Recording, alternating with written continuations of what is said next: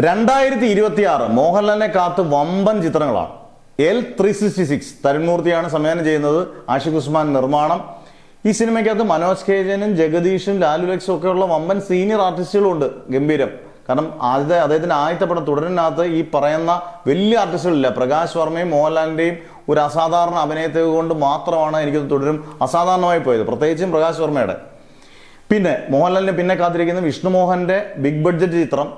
Priyadarshan already announce ചെയ്തു തൻ്റെ ആദ്യത്തെ ചിത്രത്തിലെയും 100ാമത്തെ ചിത്രത്തിലെയും നായകൻ മോഹൻലാലാണ്. 100ാമത്തെ ചിത്രം, അടുത്ത വരുന്ന 100ാമത്തെ ചിത്രത്തിൽ മോഹൻലാൽ അഭിനയിക്കും. അത് ഈ വർഷം തന്നെ ഷൂട്ടിംഗ് തുടങ്ങും.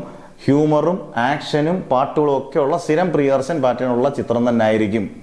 പിന്നീട് അദ്ദേഹത്തിന് സത്യനന്ദിക്കാടിന്റെ ചിത്രമുണ്ട്, ജൂഡ് ആന്റണിയുടെ ചിത്രമുണ്ട്, ജിത്തു ജോസഫിന്റെ ചിത്രമുണ്ട്, മേജർ രവിയുടെ ചിത്രങ്ങളുണ്ട്. അങ്ങനെ ഇഷ്ടം പോലെ ചിത്രങ്ങളാണ് മോഹൻലാലിനെ കാത്ത് മലയാളത്തിൽ മാത്രം ഇരിക്കുന്നത്. അന്നേരം മോഹൻലാലിന് 2026 ഏതൊക്കെ ചിത്രങ്ങൾ മോഹൻലാലിന്റെ ഷൂട്ടിംഗ് തുടങ്ങും, റിലീസ് ചെയ്യുന്നുള്ളതാണ്. ഇതെല്ലാം അദ്ദേഹം ഏകദേശം സൈൻ ചെയ്തേക്കുന്ന ഇനി തുടങ്ങാൻ പോകുന്ന ചിത്രങ്ങളാണ്.